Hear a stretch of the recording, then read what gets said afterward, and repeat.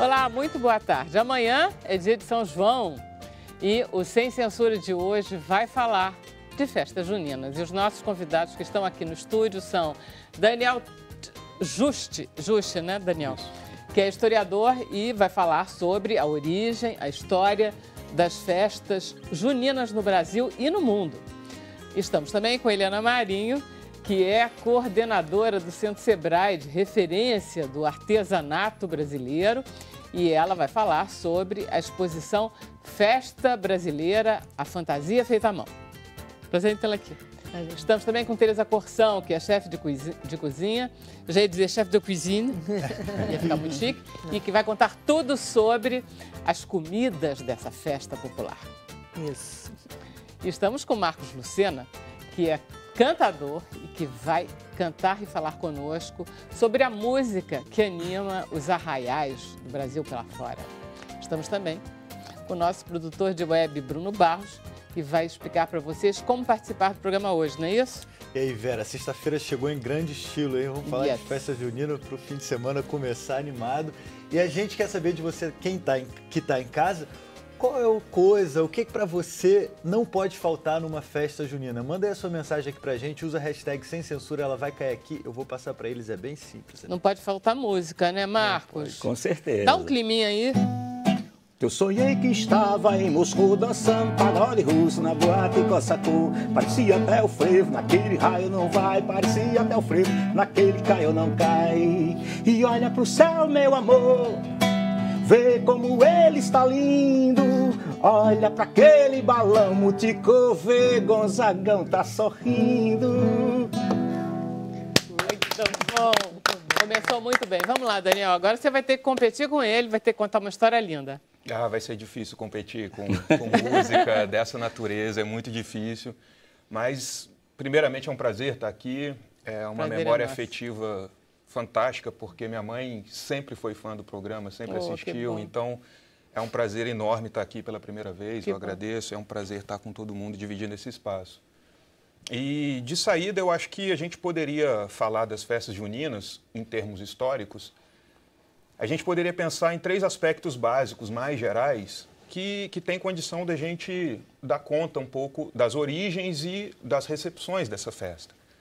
Um primeiro aspecto, se a gente fosse falar da natureza, a questão da natureza, porque essa é uma festa que ela tem a sua origem, e ela é numa longa duração, portanto, a questão da festa junina só vai acontecer em ambiente cristão um tempo depois dela já existir, como a festa de solstício do verão no hemisfério norte, né, que agora a gente acabou de entrar no inverno no hemisfério sul, mas no norte a gente está no solstício, no início do verão, solstício de verão, e é uma festa muito celebrada por camponeses para colheitas, para um período de fartura, e ela tem componentes mágicos, míticos, religiosos, que, de alguma maneira, numa longa duração histórica, permaneceram no que hoje nós chamamos de festividades juninas. O que é solstício, Daniel? É um termo que vem da astronomia, né, que dá conta da iluminação do Sol e da posição da Terra em relação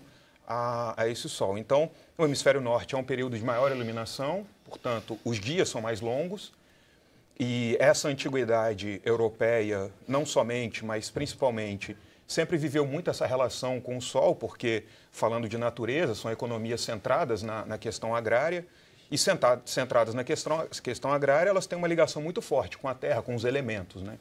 Então, esse seria um primeiro elemento, o elemento da natureza, que convencionou-se chamar de pagãos, né? Pagãos é um termo que acabou ganhando uma conotação muito pejorativa, mas o termo paganos, em latim, é a pessoa da terra, ligada à terra. Então, ela é uma festa ligada àquelas pessoas que trabalham a terra e que dela tiram o seu sustento e que sustentam toda uma região. Quer dizer, a noite, na Europa é a noite mais longa do ano. Isso. E no Brasil é a noite mais curta do ano. Não, ao mesmo contrário. que É a noite mais curta lá, que é verão. é a noite mais curta lá e a noite mais longa aqui. E é mais ou menos, né? Quer dizer, não precisa ser exatamente no dia de São João, mas é mais ou menos isso. É aproximado, né? Aí depende das leituras. Tem ano bissexto também para fazer a conta. Então, Mas eu acho que esse é um primeiro elemento, o elemento da natureza, que vai ter muitas repercussões depois da festa ser cristianizada. Eu diria que, fundamentalmente, essa é uma festividade que tem um forte componente, um forte elemento mágico. E esse elemento mágico continua perpassando mesmo após a cristianização. Eu entendo que seja um tema um tanto estranho e polêmico falar de magia ligada ao cristianismo. Mas é a minha especialidade de pesquisa, portanto, uma paixão, e também a gente tem como demonstrar essa ligação mágica. Um segundo elemento que eu falaria é o processo de colonização das grandes potências europeias, quando se lançam ao mar e vão para outras partes do mundo, levam o elemento colonizador, o elemento explorador, mas também leva consigo elementos culturais. E esses elementos culturais, de grande maneira, as festividades fazem parte deles. A gente tem relatos já dos primeiros jesuítas, no século XVI, depois no XVII, de alguns franciscanos, de como essa festa foi amplamente aceita e difundida entre os indígenas, dentre outras coisas, pela dança e pelo elemento da fogueira, do fogo, né? Que é um elemento de muita força vital para essas comunidades. E para não me alongar muito, um terceiro elemento que eu chamaria de harmonização é justamente a ligação que se faz dessa festa, dessa festividade, que no hemisfério norte é o início do verão, com os santos católicos, né? Ou os santos da cristandade. Catolicismo, a gente só pode falar de uma igreja católica apostólica romana a partir do século XI, com o cisma. Então, durante 10, 11 séculos, a cristandade celebrou personagens como João Batista, né? Confunde-se muito a ideia de São João estar ligado a João, o evangelista, mas pois é, esse São João é amanhã, né? 24, né? Isso. Que São João é esse? Esse não é aquele São João que está atribuído a ele a produção do quarto evangelho, ou do Apocalipse de João. Não é São João Evangelista. Seria São João Batista. São João Batista, aquele que é primo de Jesus. Que estava lá no Rio Jordão, batizado, que aí batizou aquelas coisas. E isso eu chamo de harmonização porque é um elemento fantástico se a gente observar nesse cristianismo nascente que o movimento do Batista e o movimento de Jesus eram rivais. Eles nunca foram, unidos em termos de uma experiência prática, né? O primeiro evangelho que a gente tem, que é Marcos, que é por volta dos anos 66 a 70, ele dá conta de uma história muito pequena de João constrangido tendo que batizar Jesus. Mas se a gente admitir que Jesus morre por volta do ano 30, então nós temos aí de 30 a 40 anos de uma memória que está sendo contada. A informação do primo de Jesus vem só em Lucas. Lucas é quem vai dizer, já no segundo século, o Evangelho de Lucas é um texto já do segundo século, portanto, quase 100 anos após a morte de Jesus, que vai fazer a harmonização total entre Jesus e João Batista, colocando-os na mesma família. Mas esses movimentos nunca foram movimentos aliados, mas concorrentes nessa bacia mediterrânea. Quer dizer, imagina você, se eles conseguiram fazer tantas harmonizações, 2 séculos, o que tem de harmonização na festa junina... é sem tamanho. É sem tamanho, né? Porque e aí, as festas... Agora, me diga uma coisa, só para perguntar. Desculpa. O Oriente tem festas de solstício também, de comemoração, também agrárias, também ligadas ao campo? Sim. Tem, né? Tem bastante festas. O calendário litúrgico da Igreja Apostólica Romana é diferente do calendário da Igreja Ortodoxa. Mas essas festividades são comemoradas... Eu estava pensando assim na China. Não, a China tem a ver. A China tem uma contribuição, ou pelo menos o Ocidente busca uma contribuição muito forte na China, se a gente pensar nos balões, nos fogos de artifício. Pirotecnia porque os contatos que existem entre esses navegadores europeus com o Extremo Oriente acabam trazendo alguns outros elementos que são agregados às festas. Então, eu acho que o elemento harmonização, ele seria um núcleo fundamental de discutir essa festividade, especialmente no Brasil. Porque a cultura africana, a cultura europeia, a cultura autóctone brasileira, né, indígenas também, tem repercussões muito grandes na construção dessa festa. E festividade junina, se a gente pensar que não só São João Batista é celebrado, mas Pedro e Paulo, né? João e Pedro. Pedro e Paulo é uma referência ao translado das relíquias, né, que no terceiro século há uma perseguição de Valeriano aos cristãos, e os restos mortais de Pedro e Paulo, os apóstolos, são retirados de onde eles estavam, na colina do Vaticano, são levados para as catacumbas, né, de São Sebastião, não é São Sebastião. Mas depois elas retornam. Mas essa festividade do translado, ela é celebrada nessa data. Dia 29 de junho. Deixa eu perguntar para você, Daniel. Sim. Você é de que estado do Brasil? Eu sou de Minas. Minas tem São João. De Fora. Eliana é da onde? Eu sou do Pará, mas moro no Rio há muitos e muitos anos. Eu sou de Mossoró, Rio Grande do Norte. São João lá é quente no Nordeste. Bruna é da onde? Do Rio, carioca. Carioca. Tereza. Carioca, eu também carioca. Mas todos nós temos experiência de São João, quer dizer, muitas. O Brasil inteiro, por mais que você diga que vem da sua terra, não vai ter jeito, a gente comemora desde criança o São João. Festa junina é festa do interior, é festa do Brasil. Nós temos. Não, mas é porque quando a gente vai para o Nordeste, a gente fica muito encantado quando vê a festa, não é? Os elementos que interagem com a fogueira, por exemplo, ela tem uma importância, o pessoal do Nordeste atribui essa questão do parentesco de São João com Jesus, que Maria e Isabel, que eram primas, elas moravam com uma certa distância e combinaram, quando o menino nascesse, quando o João nascesse, acender uma fogueira para que os parentes pudessem vir. No Nordeste, a gente cresce ouvindo essa história dos mais velhos. Que a fogueira, a tradição, vem dessa necessidade de mostrar a distância que tinha nascido um parente para os parentes virem visitar. Eu estava lendo uma reportagem sobre a Tereza Corsão e aí dizia assim... Aí eu fui na Suíça e encontrei a mais deliciosa castanha que eu já provei na minha vida, que era de Mossoró. Eu me lembrei que você vinha. Que castanha era essa? Castanha de caju, castanha do Brasil? Castanha de caju. Castanha de caju. A melhor que tem é lá na terra. Mossoró já teve um período assim de exportar muita castanha, muito melão.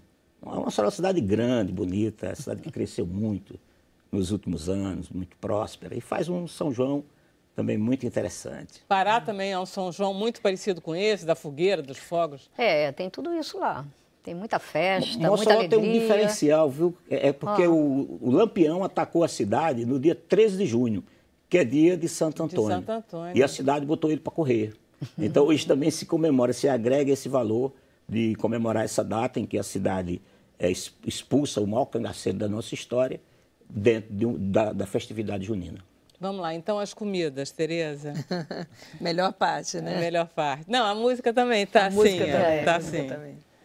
Bom, eu sou mó apaixonada pelas comidas das festas juninas, porque eu acho que é das nossas festas a festa mais autêntica. Se a gente pensar as festas durante o ano, tem Natal, que é um absurdo, né?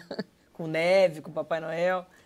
E a festa junina eu acho que é a festa que ficou mais autêntica mesmo, inclusive hoje, na gastronomia. Quem foi que comentou hoje que essa chuva que está caindo no Rio de Janeiro é a nossa neve? Eu acho que tem a ver. Mas aí, fala, desculpa. Mas enfim, então eu acho...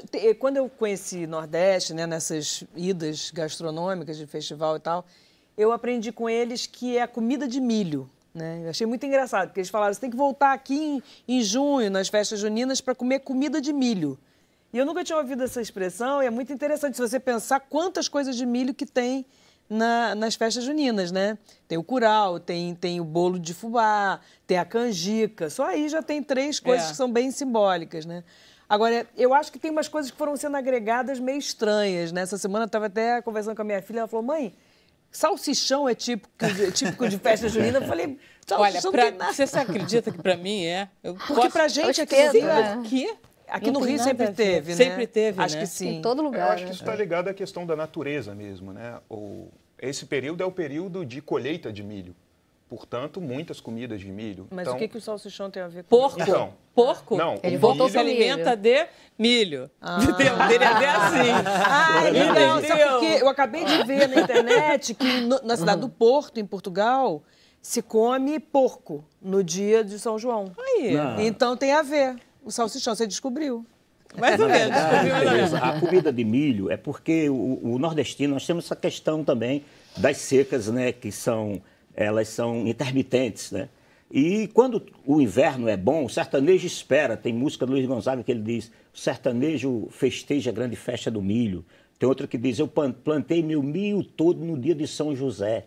se me ajuda, providência, vamos ter 1000 a grané e vou colher pelos meus carcos 20 espigas em cada pé. Significa o quê? Que se planta em março, até o dia de São José, que é 19, a colheita do milho se dá 3 meses depois, que cai exatamente no período junino. Aí se faz a canjica, se faz a pamonha, se faz o milho assado, o milho cozido. O milho é muito importante para a nossa cultura. Né? Milho e feijão, geralmente, que dão no mesmo tempo, são 3 meses do plantio à colheita.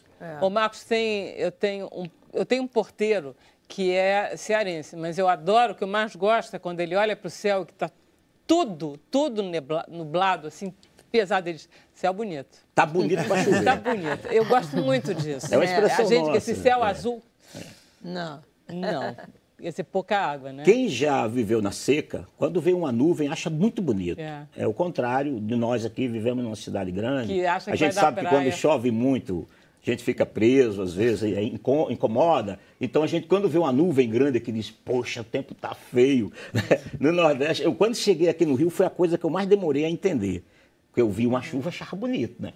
Hoje eu já compreendo o que é vexame, pressa, no Nordeste, e o que é vexame, fazer alguma coisa que não é legal. Eliana, vamos ao terceiro elemento disso, que são as roupas. São as roupas que vestem as festas, né? Aqui se fala muito da festa junina, pelo período que a gente está, mas o Brasil tem festas o ano inteiro.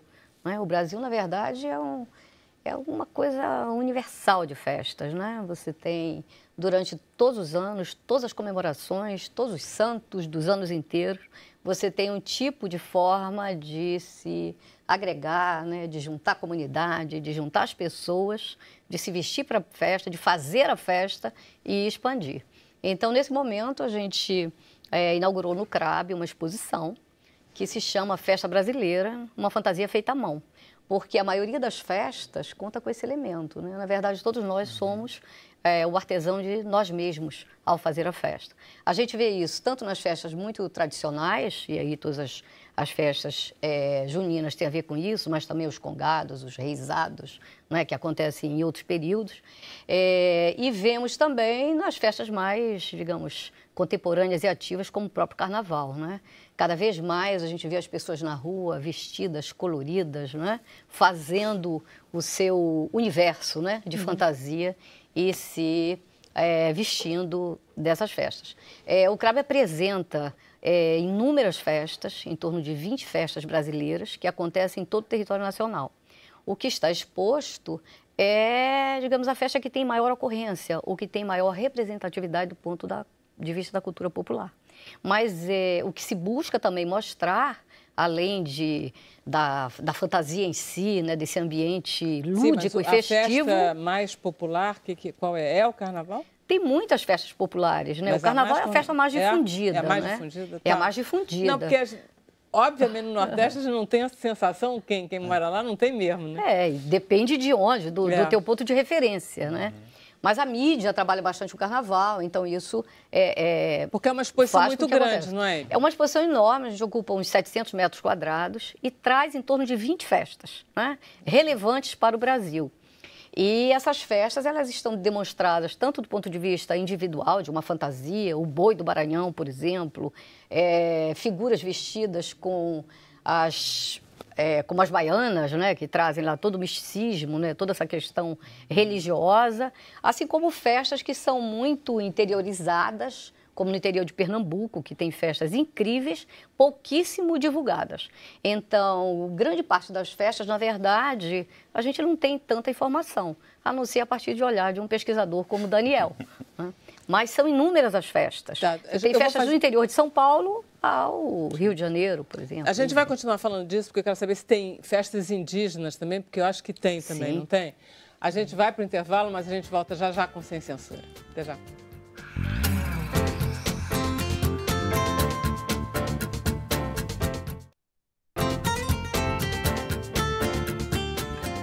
Hoje o Sem Censura está falando dos festejos juninos. Bom, Bruno, você tem algum comentário, alguma pergunta? Tem sim, a gente fez a pergunta, as pessoas responderam. O que é que não pode faltar nas festas juninas? Para o Cadu, o que não pode faltar nas festas juninas é o comprometimento com a segurança. Não vale soltar balões e pôr em risco a vida de outras pessoas. Pular fogueira também é perigoso. A Juliana diz que adora esse período de junho, fica escolhendo as festas juninas aqui no Rio de Janeiro. E o sonho dela é ir para Campina Grande. E o Ricardo Albuquerque, ele pergunta qual é a origem da palavra forró. Vamos lá, Daniel, você é o nosso especialista. Tem um senso comum que fala do inglês for all, ou para todos. Isso parece ser um ponto bastante problemático, porque toca num problema que essas festas trazem. É muito comum a gente falar festas populares, festas do povo. A palavra popular ou povo, ela não vem como a ideia de muito disseminada, mas vem por oposição à festa erudita, à cultura erudita. Então, esse é um problema de classe seríssimo e que a festa junina, eu acho que as festas juninas, é um excelente momento para falar disso, justamente por causa dessa noção da popularidade e até da caricatura do interiorano, daquela pessoa inocente e tudo. Provavelmente, essa origem está mais ligada a forró-bodó, né? Que aí é um elemento mais de identidade mesmo, interiorana e, em alguma medida, nordestina, mas que por conta dessa dicotomia que se faz entre cultura popular e cultura erudita, acaba-se que Nelson Rodrigues, né, o complexo do vira-lata, não, o forró é for all. Na verdade, o Luiz da Câmara Cascudo, que é uma das maiores autoridades em cultura popular e folclore, para mim, o Papa é o homem que inventou o Brasil. Ele deixou bem claro que a origem forró é uma corruptela de forró-bodó, que é geralmente aqueles bailes da periferia, das pontas de rua do passado. A garotada, mas a geração que chegou aí antes da minha, naturalmente encontrando uma dificuldade muito grande para entrar na mídia, fizeram toda uma alegoria com essa história dos ingleses, que colocaram os trilhos, e quando era de tarde, quando eles iam tomar aquele chazinho, os conterrâneos caçacos iam tocar fole de oito debaixo das latadas, e eles iam o forró, que era aquela dança para todo mundo. E isso, de certa forma, a mídia gostou, porque gosta muito dessa analogia. Uma vez eu brinquei com um amigo de gravadora, por que é que todas as vezes que aparece um artista nordestino bom, vocês têm que associar a um artista americano muito bom? Por que é que todo mundo que aparece um Belchior era o Bob Dylan do Ceará, Zé Ramalho é Bob Dylan do Ceará, Marinês era Billie Holiday do Sertão? Por que é que tem que ser assim? Por que é que forró não pode ser forró e pronto? Igual o mineiro, como você que é mineiro. Mineiro, o que é uai? Uai é uai e pronto. Acabou. Então tá. Bom, agora nós vamos ver, antes de voltar ao assunto do nosso forró-bodó, as principais atrações do país na agenda cultural com a repórter Karina Cardoso, lá de Brasília. Alô, Karina. Olá, sexta dia de agenda cultural e aqui em Brasília está rolando um evento incrível que mistura acrobacias, teatro, dança, música, projeções em 3D. Gente, tudo junto e misturado. Já pensou? É o espetáculo Pisando as Nuvens, da Companhia Panamenha de Circo Contemporâneo La Tribo Performance. É inspirado no trabalho do fotógrafo Robert Parkinson, ele que é um dos maiores nomes da fotografia surrealista da atualidade.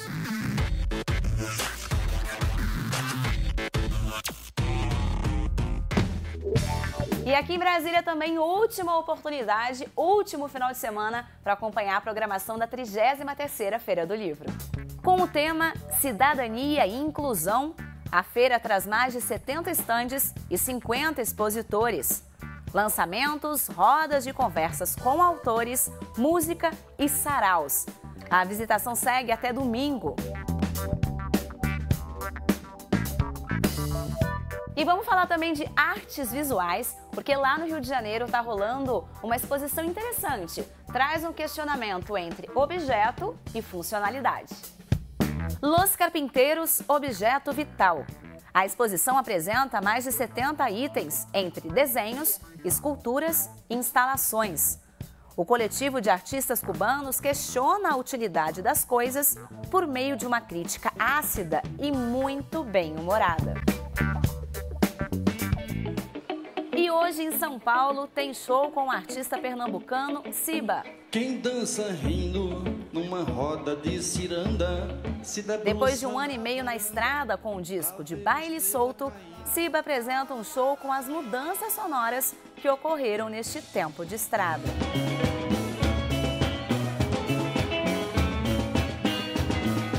para fechar a nossa agenda de cultura, hoje tem estreia. É o programa Reverbera, sempre focando nos artistas da cena independente de variados gêneros musicais. E no episódio de estreia, você não pode perder o cantor e compositor Jardes Macalé, numa apresentação de voz e violão com grandes clássicos, como Vapor Barato, Revendo Amigos, Soluços e Mal Secreto.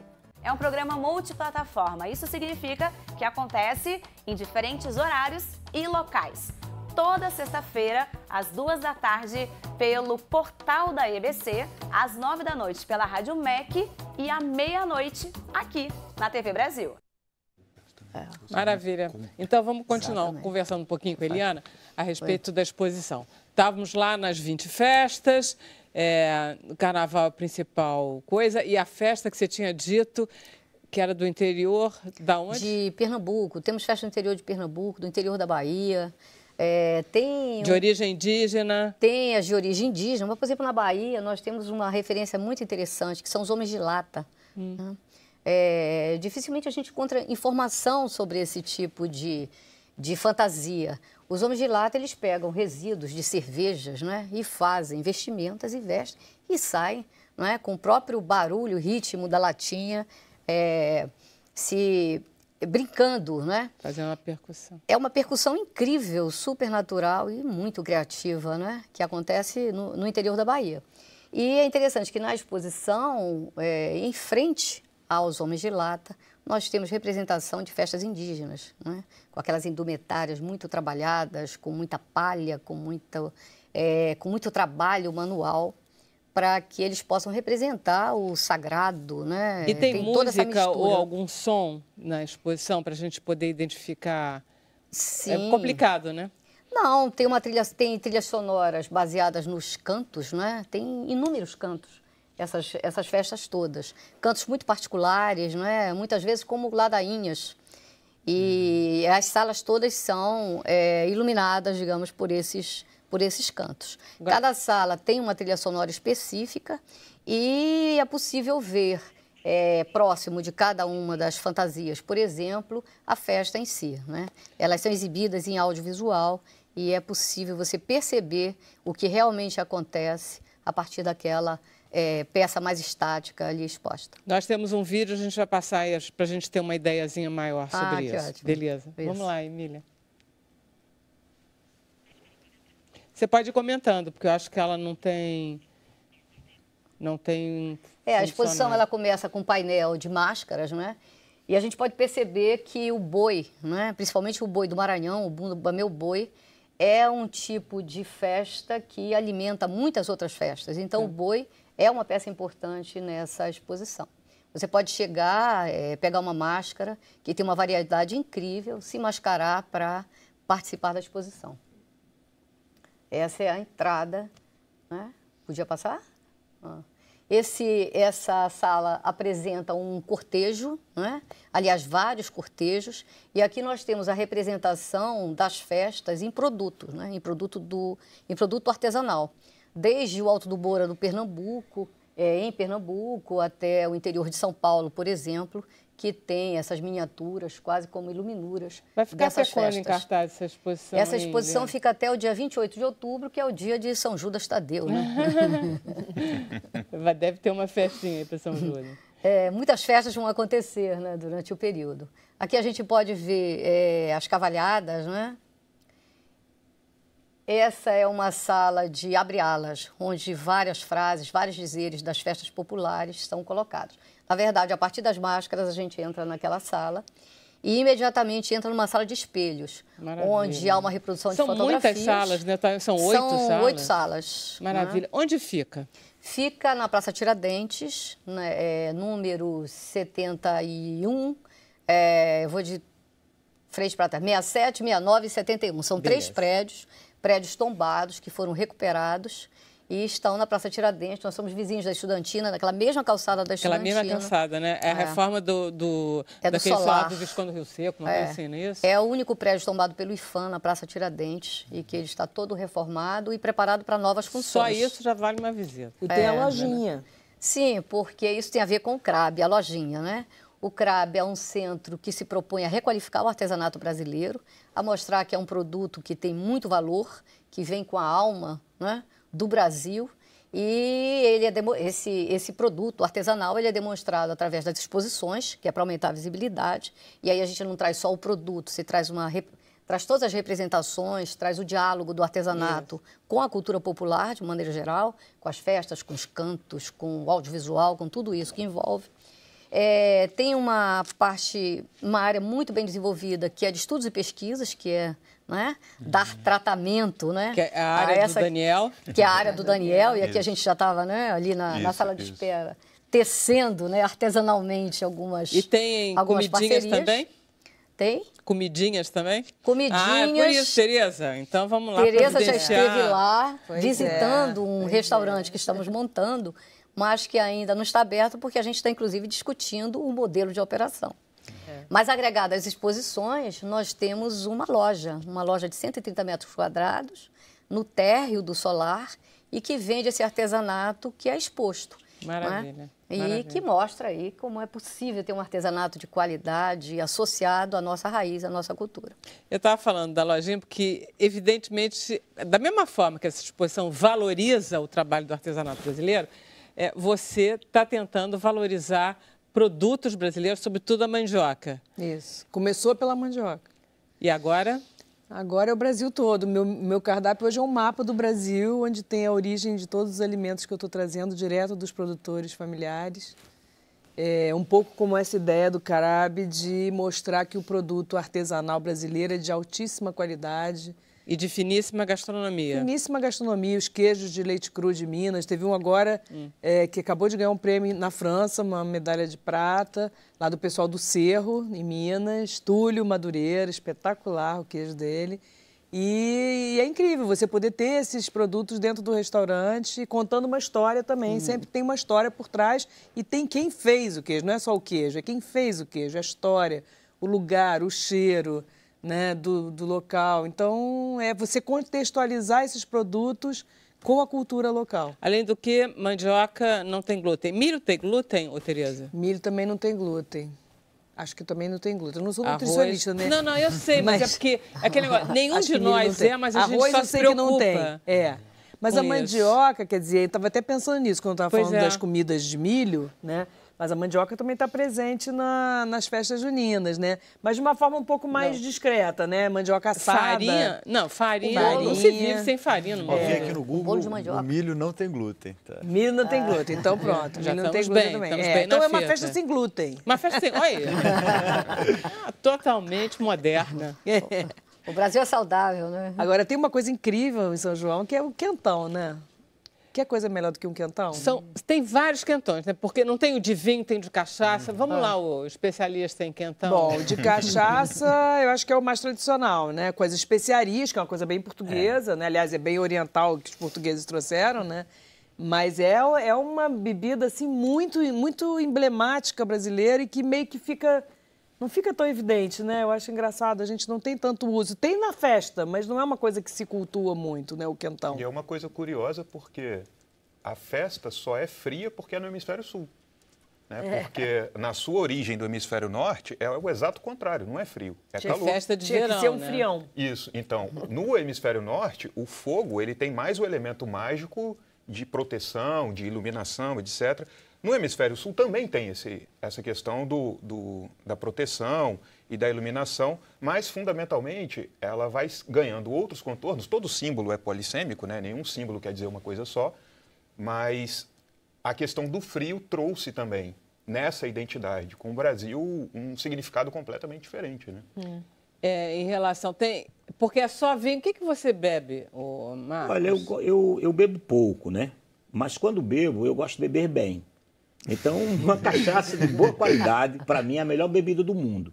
Depois daí, nós vamos entrando... Para mim, a cachaça é a melhor bebida do mundo. Depois é o vinho. Até porque eu fui criado no sertão nordestino e lá nós não tínhamos o hábito de beber vinhos. Hoje, o Nordeste produz bons vinhos, bons espumantes. O Vale do São Francisco está fazendo uns Cabernet Sauvignon da melhor qualidade. As frutas do Vale do São Francisco. Eu bebido, vinhos de lá maravilhosos. Então, eu gosto de cachaça. Vão para a rainha as frutas. As frutas vão para a rainha. Vão para o Papa.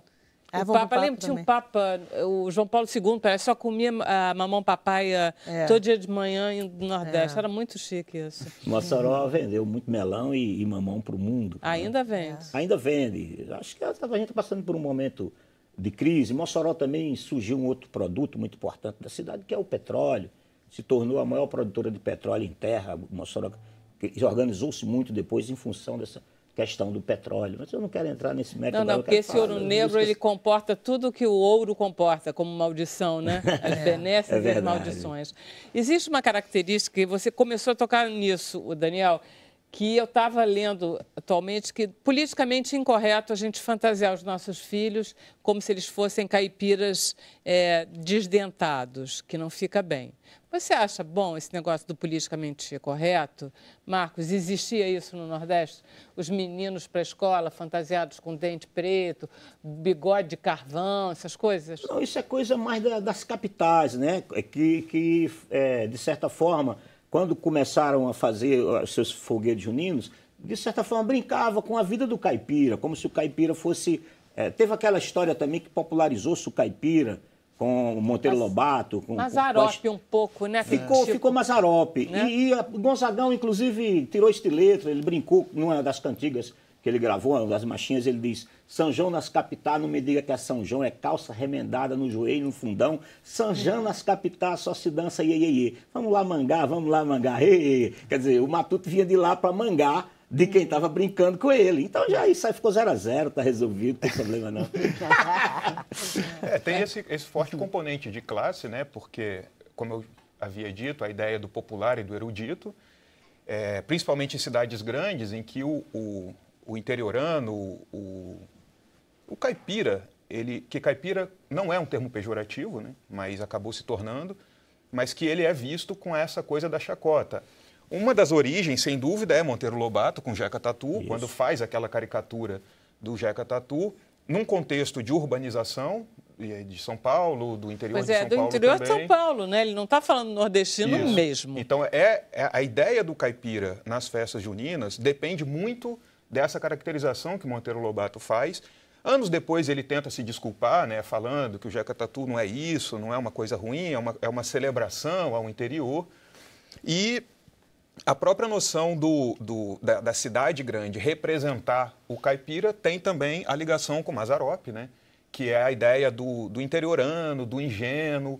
Um elemento que eu acho que a gente ainda não falou hoje, que também é central e é decisivo nessas festas, é a questão do casamento, né? Porque João Batista tem ligação com isso lá na sua história em algum momento. Santo Antônio, sem dúvida nenhuma, todo mundo conhece a fama. Mas nesse espaço interiorano também guarda uma relação de hierarquia da ideia do apadrinhado, né? O coronel da região sempre é uma figura presente e que estabelece relações desiguais, que ele vai apadrinhar as pessoas que casam. Então também é um outro elemento de identidade que também acontece muito no Brasil, já com essa visão um pouco negativa do habitante do interior, né? Então, essas questões dessas origens, elas acabam, de alguma maneira, estigmatizando o nordestino ou o interiorano fundamentalmente. Por isso, talvez a noção do politicamente correto não seja algo chato, desagradável, mas seja um espaço que se abriu agora para aquele que foi constantemente esquecido ou silenciado poder se posicionar, né? Então, não custa nada pensar um pouquinho. Essa questão aí, eu até fiz um poema brincando com essa coisa do Jeca Tatu, quando eu digo assim: menino do interior, filho de Zé Ninguém com a Maria qualquer. Você é pós-graduado em sobrevivência, desde menino aprendeu a ciência que é a teimosia de um cururu. Tem mais para ensinar essa gente do que aprender. Se eles parassem e ouvissem você, nunca mais te chamavam de Jeca Tatu. Muito bom. Bom, a gente vai fazer mais um intervalo. Na volta vai ser o último bloco do Sem Censura, mas a gente volta já já.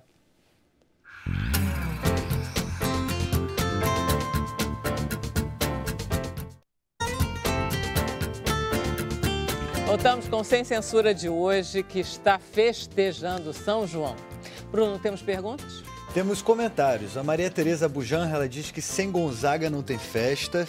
É isso? Não tem? O Antônio Manuel diz que nas festas juninas não pode faltar milho cozido e todas as suas guloseimas, graças a elas, que ele parou numa dieta, todos nós, né? Sempre depois tem que ter a dietinha. E a Úrsula diz que o que não pode faltar em festas juninas para ela é o Correio do Amor. É muito divertido e eu estou esperando que alguém mande uma mensagem para mim neste ano. A gente vai torcer, hein, Urso? Tem essas brincadeiras no Nordeste também, Marcos? Tem. Essas brincadeiras, elas são muito gerais, estão em todas as festas juninas. Agora, concordo plenamente que a essência de Luiz Gonzaga não pode faltar nas festas juninas, especialmente do Nordeste.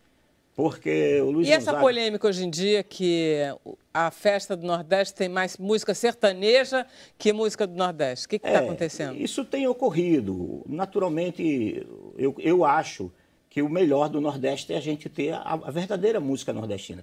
Mas também eu não sou preconceituoso. O que eu não gosto é, por exemplo, nós fizemos um show quarta-feira na Sala Baden Powell, que foi o maior sucesso.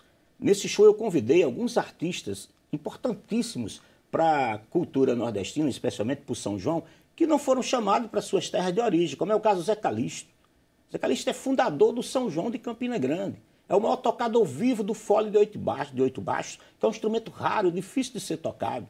E hoje em dia ele é preterido, como também o Bilil de Campina, como também o Genival Lacerda, como também o Alcimar Monteiro. São grandes artistas que ajudaram a fazer o São João ser o que é. A maior festa do mundo aqui e acolá. E, no entanto, hoje se traz o cara do momento, entendeu? Nós tivemos em Campina Grande, eu adoro o padre Fábio de Mello, mas pautado no meio de uma festa junina para tirar o Bilil e para tirar o Alcimar Monteiro, não é uma coisa legal. A gente sabe que tem alguma coisa que não está. Eu sugiro aí às pessoas que organizam os São Joões do Nordeste, por que não fazer um intercâmbio entre as grandes festas de São João? Por exemplo, Mossoró, Campina Grande, Caruaru, Petrolina, Estância em Sergipe, as cidades que fazem São João, por que não trocar artistas? Bilil de Campina cantar em Mossoró, um artista bom de Mossoró cantar em Caruaru, porque termina todo mundo trabalhando. E aí pode contratar sim, as megas estrelas, não tem problema. O que eu não acho é que tem que se colocar alguém para tirar outro. Colocar alguém que está na mídia, que está sucesso, para poder tirar alguém que fez a festa acontecer. E com dinheiro público, o que é pior. Você está entendendo? Se você quer fazer um mega sucesso, contrata uma estrela dessa midiática em qualquer período do ano. Bota mídia, bota outdoor, bota mídia pesada e cobra a entrada e ganha dinheiro. Agora, no São João, eu acho que não se pode usar o dinheiro público para se fazer com que uma festa tradicional deixe de ser tradicional. Você acha que isso acontece com outras festas? Vocês que conhecem o Brasil tão bem quanto eu, vocês acham que no Carnaval, nas cavalhadas... A questão da alimentação segue muito isso, né? Claro que não. Você nunca botaria um trio elétrico para desfilar na avenida no Rio de Janeiro. Não diga isso, tem as características. Só se for. Não, dentro do sambódromo não bota. A não ser que seja alguma escola que esteja homenageando o Carnaval. Não, você tem razão, porque deu polêmica. Houve a ideia de trazer um trio elétrico. Não deu certo porque o carioca reagiu da mesma forma indignada que você reagiria pior se fosse no dia do desfile. O problema é esse, não é? Ninguém tem preconceito. Sou artista, não tenho preconceito contra artista. Eu quero que todo mundo vá tocar. Agora, não tira também Zé Calixto, não tira Bilil de Campina, não tira Santana, o cantador. Não tira nosso povo. É complicado, né? Ter uma posição correta em relação a isso, porque, na verdade, tem lugar para todo mundo. Então, você dizer não pode entrar... Não estou dizendo não estou discutindo o Nordeste. Não pode entrar trio elétrico no samba carioca. É complicado você dizer. Você tem que assumir uma postura, é difícil. Não sou eu que vou dizer, quem vai dizer é o sambista. Se um dia quiserem desfilar, fazer um desfile igual se faz na Bahia, a Bahia é maravilhoso. A gente sai daqui para o Carnaval da Bahia para ver trio elétrico. Mas quem vem da Bahia para cá quer ver desfile. Quem sai daqui turista para Mossoró, para Campina Grande, para Caruaru, quer ver a música nordestina autêntica. O turista não se mobiliza, não sai. Estou dizendo isso, meus queridos secretários de Cultura do Nordeste, pelo amor de Deus.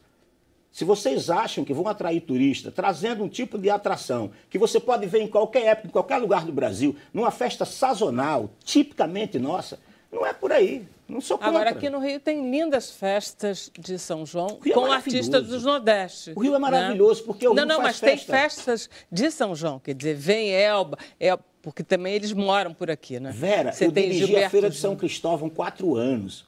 Eu aprendi a fazer festas juninas. Festa junina da feira, na minha gestão, a gente botava um pau de sebo, a quadrilha Gonzagão, a gente não falou do pau de sebo, hein, Daniel? Pau de sebo, as brincadeiras juninas, e você bota 100 mil pessoas final de semana para a Feira de São Cristóvão. O carioca, esse tempo fica fresquinho, a feira fica maravilhosa. A festa junina da feira começa em maio, final de maio, depois do Dia das Mães em diante, vai terminar em setembro. O Rio é generoso com as coisas do Nordeste. O Rio faz festa julina, agostina e setembrina. Agora a gente trabalha muito, trabalha 3 também. meses aqui.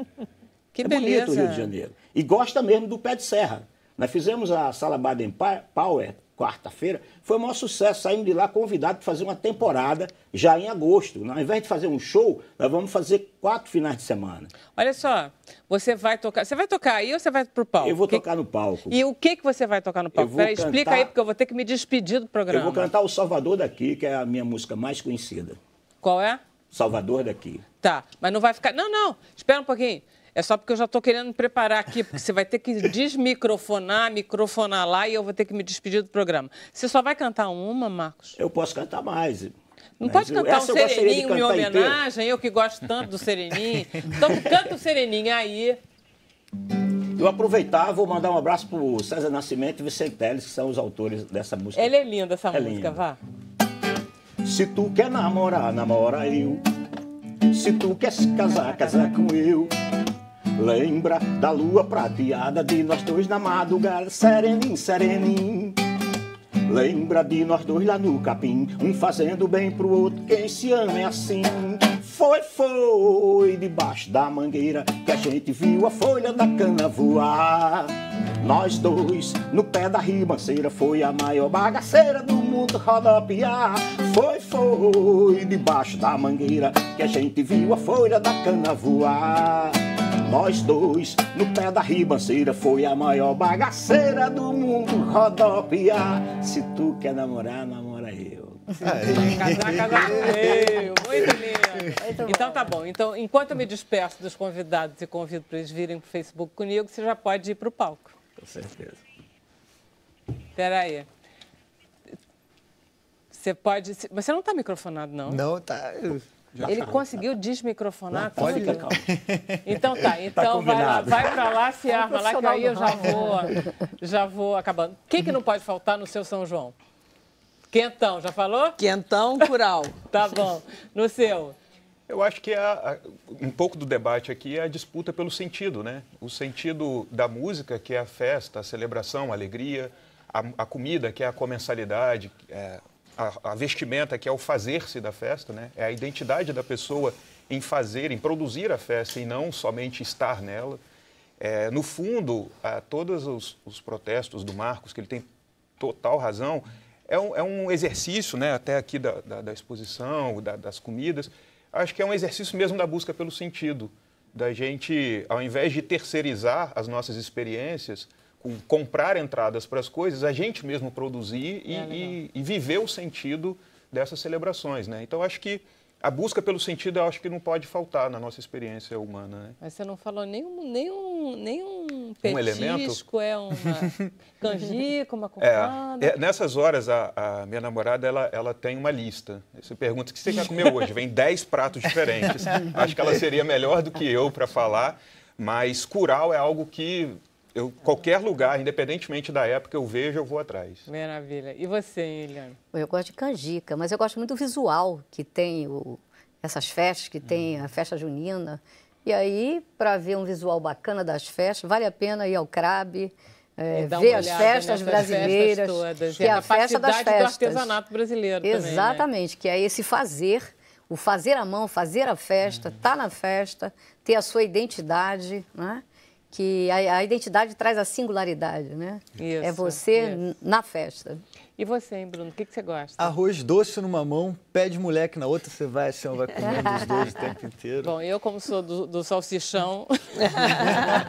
com farinha, com farinha muita farinha. Salsichão também. Com muita farinha. Peço perdão ao Nordeste, não? Bom, deixa eu agradecer muito a Teresa Corsão, que esteve aqui conosco. Obrigada a vocês. Ao Daniel, à Eliana... E vocês que nos acompanharam de casa. Agora você pode continuar na TV Brasil assistindo ao programa Cenário Econômico com o Adalberto Piotto. À meia-noite tem a estreia aqui na TV Brasil, na Rádio MEC. e na web também. O Reverbera, o programa que o Jade Macalé teve aqui ontem e que a Karina Cardoso falou agora no Agenda, tá? A gente vai, depois de ouvir Marcos, Luciana cantando, a gente vai passar para o Facebook. Então, vamos pedir para o Marcos dizer o que ele vai cantar e começar a cantar. Salvador daqui. Beleza. Até amanhã, 5 horas. Numa obra de arte do mestre Picasso, Guernica, vi tanta emoção, explodindo uma bomba de fome na cara do povo lá do meu sertão. E nas torres do meu pensamento, naquele momento, pintava Gaudí. Eu senti o desejo de ser o Salvador Dalí. Eu senti o desejo de ser o Salvador Dalí. E um ceguinho num canto da feira tocava rabeca, som milenar. Num repente a voz anasalada, as dores do mundo queria calar. A menina de roupa rasgada, o menino buchudo, o nariz a escorrer. É que o futuro estava abandonado, brigando com a morte, querendo viver. Eu confesso que me comovi, essa cena eu nunca esqueci. Eu senti o desejo de ser o Salvador Dalí. Eu senti o desejo de ser o Salvador Dalí. E logo eu que achava que a dor maior deste mundo era a dor da paixão, a dor de perder um amor e viver sem carinho e na solidão. Quando vi nos barracos dos morros os sonhos desfeitos da população, retirantes e negros sofrendo e dividindo os becos de um mesmo sertão, eu confesso que me comovi, que da minha tristeza eu sorri. Eu senti o desejo de ser o Salvador Dalí. Eu senti o desejo de ser o Salvador Dalí. Eu senti o desejo de ser o Salvador Dalí. E um ceguinho no canto da feira tocava rabeca, o som milenar. Num repente a voz anasalada, as dores do mundo queria calar. A menina de roupa rasgada, o menino buchudo, o nariz a escorrer. É que o futuro estava abandonado, brigando com a morte, querendo viver. Eu confesso que me comovi, essa cena eu nunca esqueci. Eu senti o desejo de ser o Salvador daqui.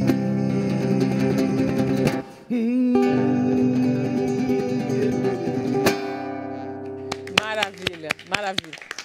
Pode, canta mais um pedacinho, então. Vamos então encerrar com música junina, né?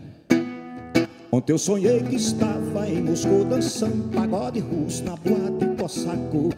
Ontem eu sonhei que estava em Moscou dançando pagode russo na boate Cossacô. Parecia até o frevo naquele raio não vai, parecia até o frevo naquele cai ou não cai, parecia até o frevo naquele vai ou não vai, parecia até o frevo naquele cai ou não cai. Chega Cossaco, Cossaco dance agora, na dança do Cossaco não fica Cossaco fora. Entra Cossaco, Cossaco dance agora, na dança do Cossaco não fica Cossaco fora. Acho que ainda tem mais uns... Maravilha. Você sabe que a gente ainda tem um tempinho, porque ainda está rolando os créditos. Aí você podia, sim, para a gente... Isso.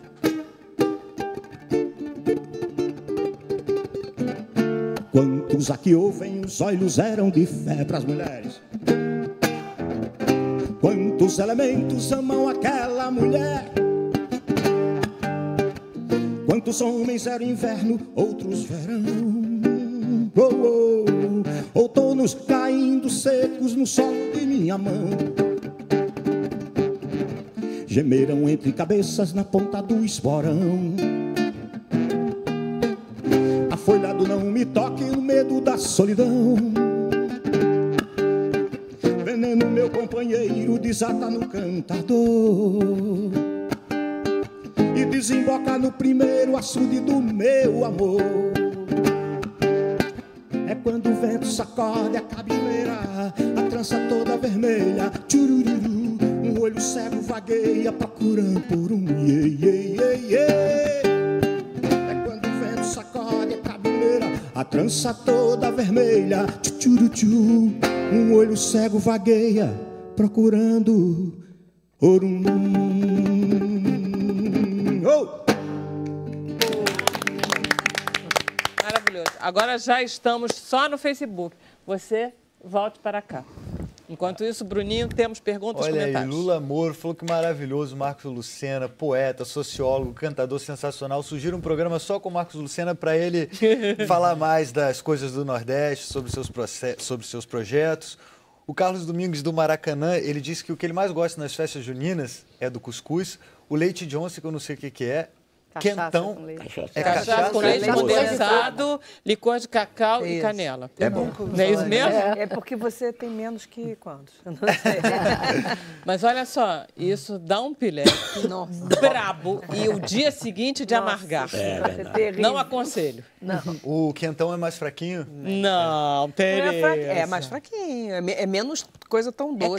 cachaça. É, mas Quente. não é tão doce. Leite condensado com cachaça é... Não, mas é cachaça pura. Cachaça pura não, cachaça com aquelas coisas todas.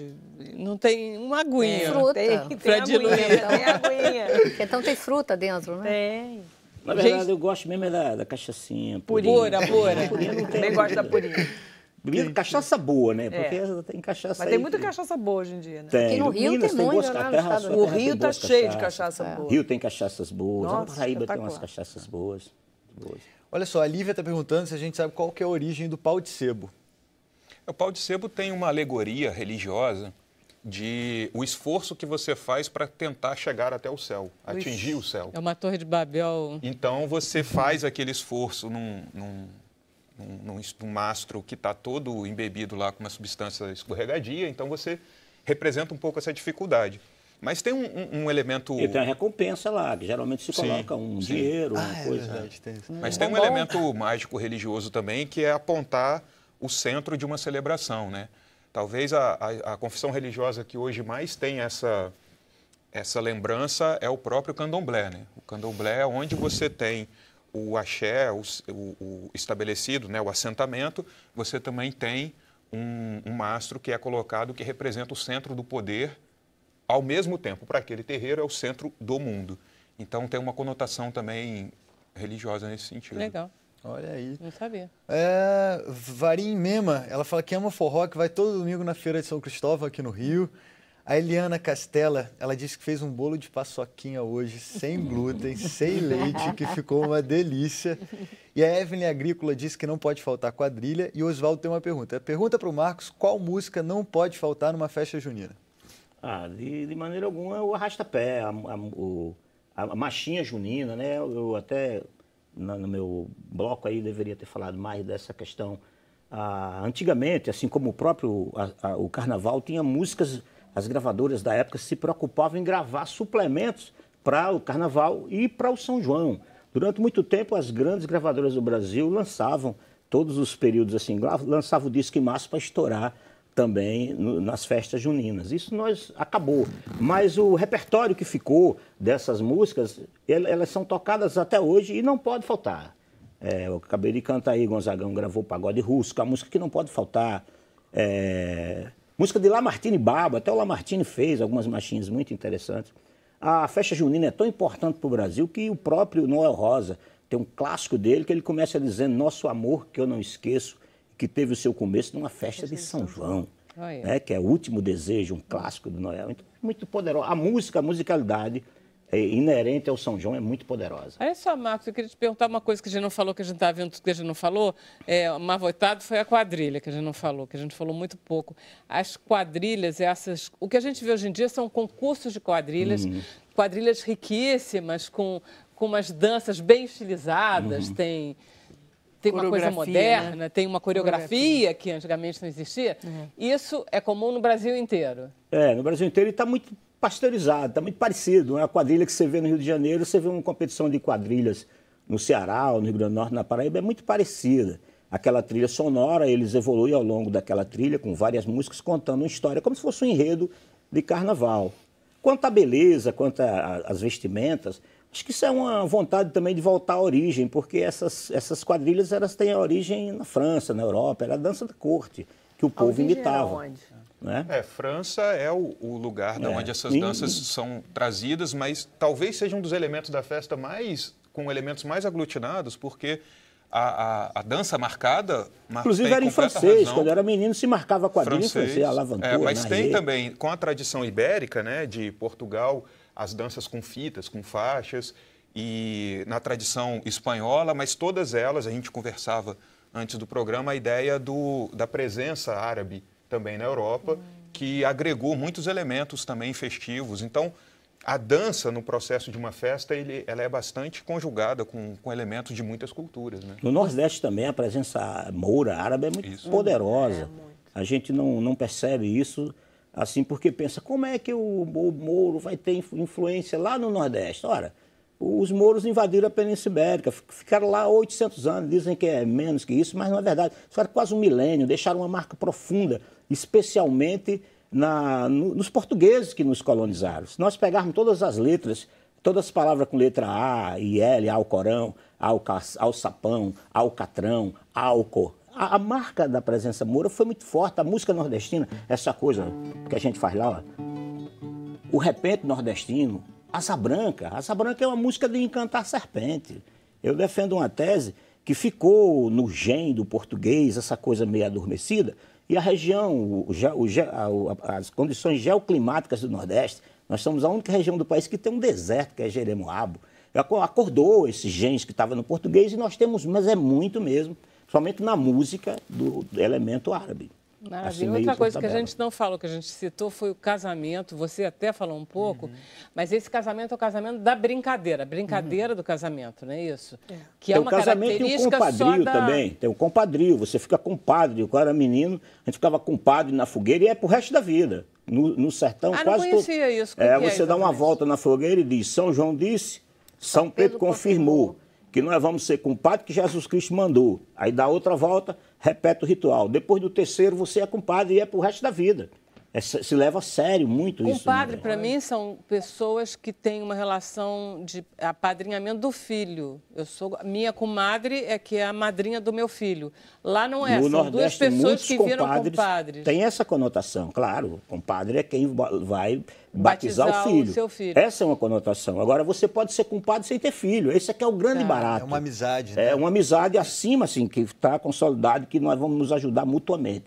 Meu compadre, meu compadre fez negócio desse com meu compadre, mas meu compadre não batizou meu filho. Nós fizemos um pacto na fogueira. O fato da gente, por exemplo, ter feito um programa sobre São João aqui, a gente não poderia se transformar em compadres e comadres? Com certeza. A gente dá uma volta uma fogueira, a gente precisa acender a fogueira e dar 3 voltas. E a gente tem também muita referência, o Câmara Cascudo, né, que o Marcos citou, é fantástico nesse aspecto, porque ele coleta muito dessas histórias da tradição oral, inclusive se servindo do Barão de Studart, também, que faz esse apanhado.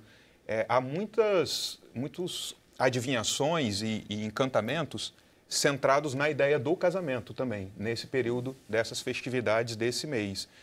E é curioso que, numa longa duração, você consegue estabelecer as conexões disso com práticas muito antigas, até antes da Era Comum, entre gregos e celtas e romanos. Há uma presença muito forte desse elemento divinatório também, nesse sentido. E então, desse elemento de aglutinar os casamentos todos numa mesma época, né? Aí eu diria que é mais essa coisa da relação hierárquica, que você tem um senhor de terra, um grande latifundiário, e que todas as pessoas que estão ali no entorno acabam sendo, de alguma maneira, dependentes, né? Então tem esse elemento do apadrinhamento e do compadrio também, que eu acho que são bem ligados um ao outro. O que mais que a gente não teria... Vê se tem mais alguma pergunta. Tem um Correio do Amor aqui para você. Posso ler? Pode. Posso ler? O que é o Correio do Amor exatamente? A gente escolhe um namorado e manda um bilhetinho, é isso? Não, ele te escolhe. Hoje em dia você não tem pode mais escolher isso, também. Também pode. Hoje o Correio já Correio. Acabou, vai e volta. Pelo amor de Deus. Bate e leva. Eu não vou conseguir ninguém assim. Então, mas alguém mandou? Vou ler o Correio do Amor da Vera. O Correio do Amor para a Vera é da Priscila Correia. Foi a nossa estagiária aqui. Ela disse que está adorando o tema de hoje. e pediu para falar com você que ela tirou 10 na monografia dela sobre o Sem Censura, contando com as apresentadoras e tudo mais. Yes, Priscila, eu sabia que ia dar certo. A Priscila saiu do programa para acabar o diploma dela, da monografia, disse, não me venha com menos de 10. E tá aí o correio lido. Parabéns, Priscila. Olha só, o Antônio Manuel disse para ele que não pode faltar nas festas juninas é o milho cozido e todas as guloseimas. Ah, não, essa aqui é da dieta, eu já lia dele. Tem uma dieta de São João? Não, tem que fazer, né? Dieta ao contrário. Agora, a Madalena, ela fala que as pessoas têm que ir caracterizada, têm que se vestir a caráter, que ela ama esse momento. No Nordeste não é assim, né? Não é muito comum o público que vai para uma festa junina ir caracterizado. Ele vai ver, ouvir os artistas que estão se apresentando. Mas em ambiente urbano, né, Marcos? Ambiente urbano que tem a ideia de tentar transformar o espaço em algo como se a gente estivesse no campo, né? E aí vem toda aquela conotação ruim. É aquele negócio, você acende a fogueira no asfalto, né? Assa batata doce na fogueira, coisa que a gente, né, usa, na verdade, o fogão a gás sempre. Isso, exatamente. O Roberto Souza Sone, ele quer saber o que o Marcos acha dessa invasão do sertanejo universitário nas festas de São João. Você aprova? Eu já disse, eu não estou aqui para julgar se essa coisa é uma coisa boa ou ruim. Eu acho que não pode entrar um tipo, não é sertanejo não, é qualquer tipo de música, para tirar o elemento que criou a festa. É como se eu fizesse, por exemplo, eu dirigi a Feira de São Cristóvão e eu levei lá Zeca Pagodinho. Eu tenho uma canção que eu digo, sou o Baião, irmão querido do Chachado, primo do Frevo, pai do Xote, do Rojão. Eu fui nascido do repente improvisado, eu fui criado no bando de Lampião. E com o Padre Samba um dia me convidou, vá lá em casa conhecer meu barracão. E eu vim do sertão no matulão do Velho Gonzaga, me espalhei nos 4 cantos do país. O mundo inteiro me compreende, minha faga no pé de serra ficou a minha raiz. E eu vou seguindo a minha sina, incendiando os salões. A bumba bate apressado no ritmo dos corações. Então eu vim na sala do samba, cantei e fui-me embora. Mas a casa é do samba.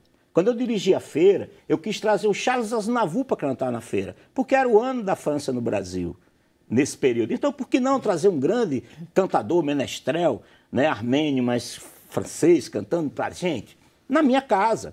Agora, eu pegar a minha casa, ser expulso dela, aí fica difícil, né? É assim que tem que ser. Não tenho preconceito, eu sou artista, eu adoro sertanejo. Adoro o que esses meninos fizeram com a música rural sertaneja. Mas é como a Elba Ramalho falou, lá em Barretos eles não me colocam. Né? Porque então vamos invadir também com a música nordestina lá, vamos fazer meio a meio, não tem problema. É só isso. Como eu falei, eu sugeri aqui a quem faz o São João nordestino, pega os artistas locais, bons, de qualidade, aqueles que são sucesso regional e que o resto do Brasil não conhece, e não tira das festas. Troca eles, bota um de Campina em Mossoró, um de Mossoró em Campina, faz lá um arrumadinho, e aí você bota o cara do momento, o artista do momento, aquele artista que hoje custa 500 mil o show e daqui a 5 anos ninguém sabe quem é ele. Essa é que é a verdade. É o sucesso sazonal que a mídia fabrica e depois ela mesma bota para fora. Então eu sou a favor que a festa junina abrigue a novidade, mas não deixe de lado a tradição. Ok, dado o recado? Dado o recado.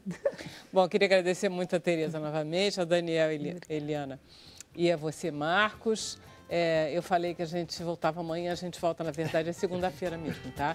5 horas da tarde com Sem Censura. Até lá.